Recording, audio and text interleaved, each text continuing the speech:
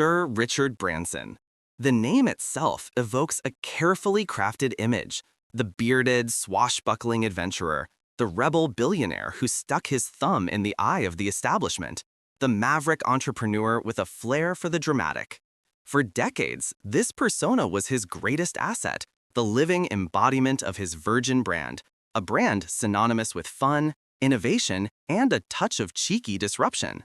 He built a global empire on this image, launching a dizzying array of successful companies, from the iconic airline Virgin Atlantic to ventures in industries as diverse as music, mobile phones, and finance.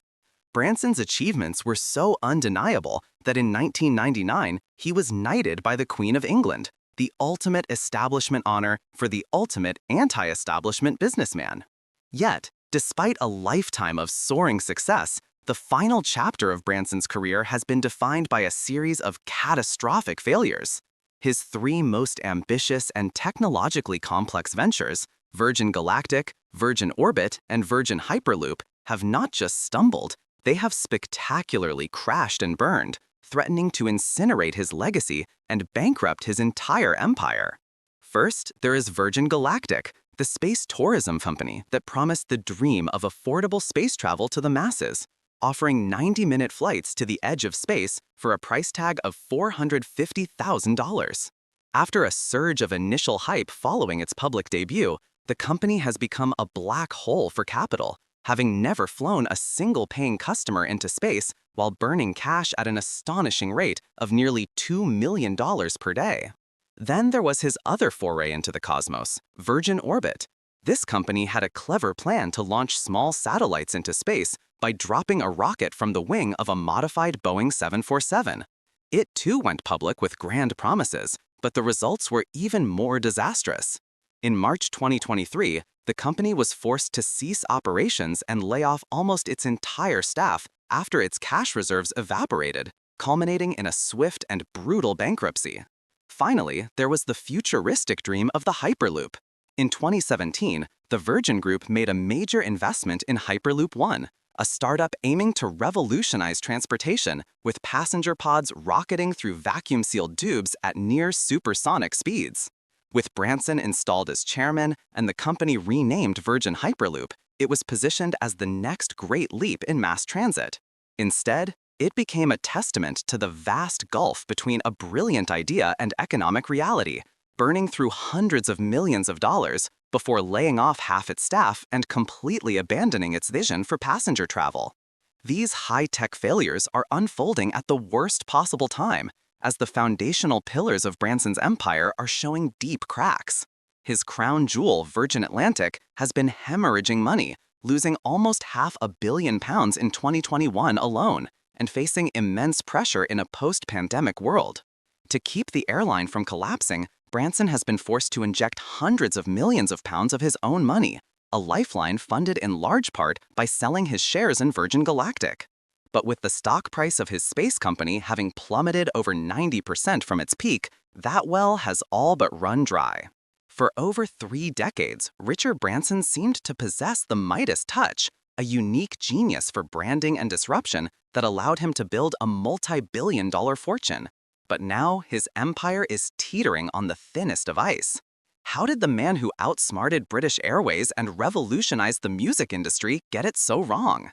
This is the story of how Richard Branson built the Virgin Group and how his attempt to conquer the final frontier could bring it all crumbling down. The story begins not in a boardroom, but in the counterculture movement of 1960s London. Richard Branson, a young man struggling with dyslexia, had dropped out of school at 16.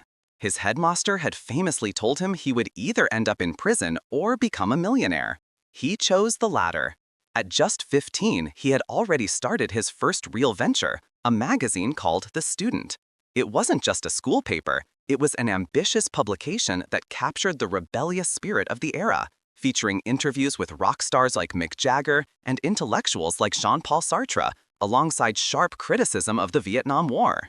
The magazine quickly found its audience, growing to a circulation of over 100,000 and giving Branson his first taste of entrepreneurial success. To fund the magazine, he devised a clever side hustle, a mail-order record business advertised in its pages. He called it Virgin because he and his partners were complete novices in business. By undercutting the high prices of London's brick-and-mortar record stores, the mail-order business boomed. This success led him to open his first physical record store on Oxford Street, which became a hip hangout for music lovers. The natural next step was to create his own record label. In 1972, Virgin Records was born. The label's first release was Mike Oldfield's progressive rock album Tubular Bells, a haunting instrumental piece that most labels had rejected as commercially unviable. It became a colossal success, selling millions of copies and providing the financial foundation for the company. But it was Branson's next move that would cement his reputation as a fearless risk-taker. In 1977, he signed the Sex Pistols, the most controversial and explosive punk rock band in Britain, after they had been dropped by two other labels. While others saw them as a menace, Branson saw a cultural phenomenon. It was a masterstroke, aligning the Virgin brand with rebellion, youth, and the cutting edge. By the early 1980s, Virgin Records was a powerhouse. Branson, now fabulously wealthy from his music empire, was looking for his next challenge. It arrived in 1984, when a business acquaintance proposed a new transatlantic airline. Branson was intrigued. The airline industry at the time was dominated by stale legacy carriers like British Airways. The customer experience was an afterthought. Branson saw a massive opportunity for disruption. Investing his record label profits, he leased a single Boeing 747, and in a remarkably short time, Virgin Atlantic was born. From day one, Virgin Atlantic was different. Branson infused it with the same sense of fun and style that had defined his record label. He understood that a flight was more than just transportation, it was an experience. Virgin introduced the upper class cabin, a luxurious alternative to traditional first class, complete with an onboard bar where passengers could socialize.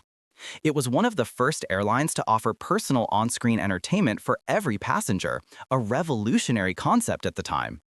This relentless focus on the customer paid off handsomely, and the airline began to steal significant market share, particularly from the UK's dominant carrier, British Airways. British Airways, the self-styled world's favorite airline, did not take kindly to this new upstart. Enraged by Virgin's success, BA executives launched what became known as the Dirty Tricks campaign. They hired specialists to hack into Virgin's booking systems to poach passengers. When a Virgin flight was delayed, BA agents would call the affected customers, falsely claim the flight was canceled, and offer to book them on a British Airways flight instead. They planted negative stories in the press, spreading rumors that Virgin Atlantic was financially unstable and on the verge of bankruptcy. It was a corporate war designed to crush the competition. But they underestimated Branson. He fought back, gathering evidence and filing a high-profile libel lawsuit against British Airways. The ensuing legal battle was a public relations disaster for BA. Branson won a settlement of £610,000 and, in a classic Branson PR stunt, distributed the entire sum to his staff as a BA bonus. The affair cemented his public image as a David and Goliath figure, a champion of the consumer fighting against a corporate bully. Virgin Atlantic emerged stronger than ever. Throughout the 90s and 2000s, Branson leveraged the power of his brand to expand into dozens of other industries. This collection of businesses licensed to use the Virgin name became the Virgin Group. He launched Virgin Mobile, which challenged the rigid contracts of mobile carriers, Virgin Trains, which brought a fresh look to Britain's railways, and Virgin Money, which aimed to simplify banking. Not all ventures succeeded. Virgin Cola famously failed to dent the dominance of Coke and Pepsi, but the hits far outweighed the misses. The crowning achievement came in 2013, when Virgin Media was sold for a staggering £15 billion, or $23 billion at the time. Branson was now a multi-billionaire, a global icon who owned his own private Caribbean island. His strategy was clear and consistent. Enter a stale industry, apply the Virgin brand of superior customer service and clever marketing, and disrupt the incumbents. But his companies, while innovative in their approach, were not fundamentally technology companies. That all changed in 2004, when he announced his most audacious venture yet, Virgin Galactic. The vision for Virgin Galactic was born from the Ansari X Prize, a competition to spur private spaceflight. Branson licensed the technology from Burt Rutan's prize-winning Spaceship One and promised to take paying customers to the edge of space. The initial timeline was breathtakingly optimistic, with Branson claiming flights would begin as early as 2007. Celebrities like Leonardo DiCaprio and Justin Bieber reportedly signed up, adding to the immense glamour and hype. But space is hard. The 2007 deadline came and went. Years rolled by with repeated delays and technical setbacks. Then, in 2014, tragedy struck. During a test flight over the Mojave Desert, the VSS Enterprise spacecraft broke apart in midair, tragically killing co-pilot Michael Alsbury. The investigation revealed a design flaw and a premature action by the co-pilot, a devastating blow that grounded the program for years and underscored the lethal risks of pushing the boundaries of flight. It wasn't until 2018, more than a decade behind schedule, that a redesigned spacecraft finally made a successful flight to the edge of space. This milestone was enough to rekindle excitement, perfectly timed for the SPAC boom of 2019. Virgin Galactic merged with one of Chamath Palihapitiya's special-purpose acquisition companies, going public at a valuation of $3.7 billion. Investors, hungry for futuristic tech stocks, piled in. The company's presentation to investors projected that commercial launches would begin in early 2020. As of today, not a single paying customer has made the journey. While Branson himself took a high-profile test flight in 2021, the company remains mired in regulatory and technical challenges. In 2021, a class action shareholder lawsuit accused Virgin Galactic of covering up serious technical flaws and misleading investors. The lawsuit alleged that critical components, including the wings of the spaceship, showed stress fractures, described by some insiders as looking like spiderwebs, after each flight. For a vehicle intended for repeated commercial use, these were terrifying allegations. With the company now over 15 years behind its initial goal and burning through hundreds of millions of dollars each year, it is locked in a desperate race to achieve commercial viability before it runs out of money. As Galactic struggled, Branson placed another bet on a futuristic transportation concept, the Hyperloop. First proposed in a 2013 white paper by Elon Musk, the idea was to use magnetic levitation to propel pods through low-pressure tubes at over 700 miles per hour. Branson's 2017 investment and rebranding of the company as Virgin Hyperloop brought his star power to the project. Dazzling CGI renderings showed sleek pods connecting cities in minutes.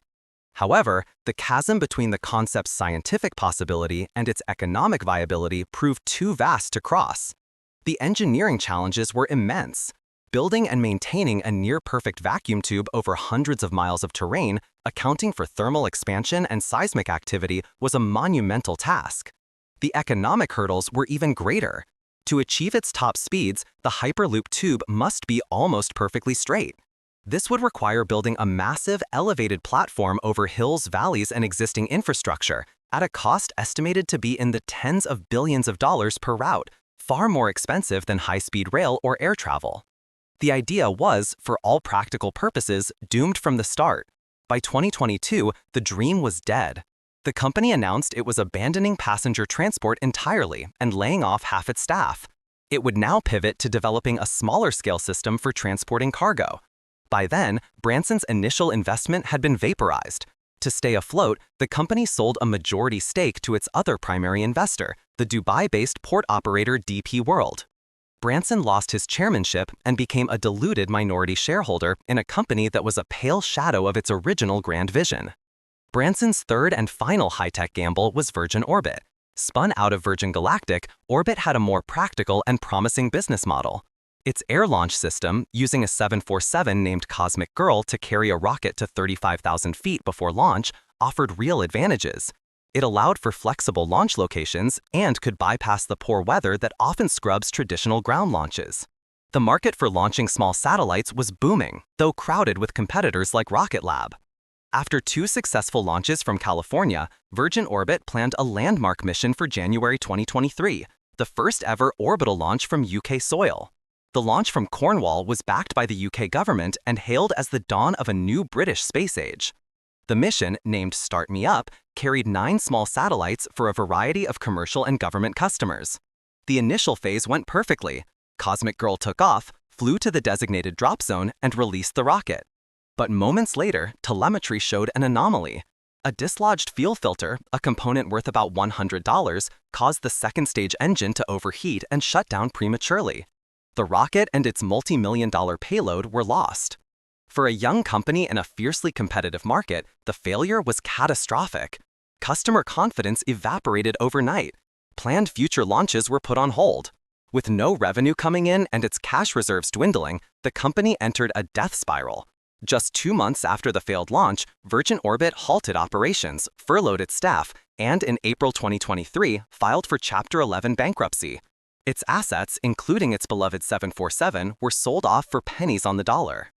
For decades, Richard Branson built a remarkable empire by being a master of brand, marketing, and customer experience. He didn't invent punk rock, but he knew how to sell it. He didn't invent air travel, but he knew how to make it enjoyable. As his wealth and ambition grew, however, it seems he was captivated by the meteoric rise of another billionaire visionary, Elon Musk. He watched as Musk, with SpaceX, revolutionized the aerospace industry through first principles engineering. He saw the excitement Musk generated with his Hyperloop concept. It appears Branson, eager to secure a legacy beyond airlines and record labels, attempted to compete in Musk's arena. He founded Virgin Galactic and Virgin Orbit to be his SpaceX, and invested in Virgin Hyperloop to be his Boring company. Yet he tried to apply his old playbook to a new game. These ventures were not about branding or customer service. They were about hardcore engineering, physics, and manufacturing at scale, disciplines where Branson had no experience. His core genius was in wrapping an existing product in a superior experience. He was not a technologist building a new product from the ground up. His downfall in these ventures serves as a profound cautionary tale. It is a story about the perils of straying from your core competencies and the danger of chasing someone else's dream. Richard Branson wanted to be remembered as a pioneer who opened up the final frontier. Instead, he may be remembered as a visionary who flew too close to the sun, his ambitions burned to ashes by the harsh realities of rocket science. All right, guys, that wraps it up for this deep dive. What are your thoughts on Richard Branson's story? Do you think any of his tech ventures could have succeeded with a different approach, or were they flawed from the beginning? Let us know in the comment section below. As always, thank you so much for watching, and we'll see you in the next one.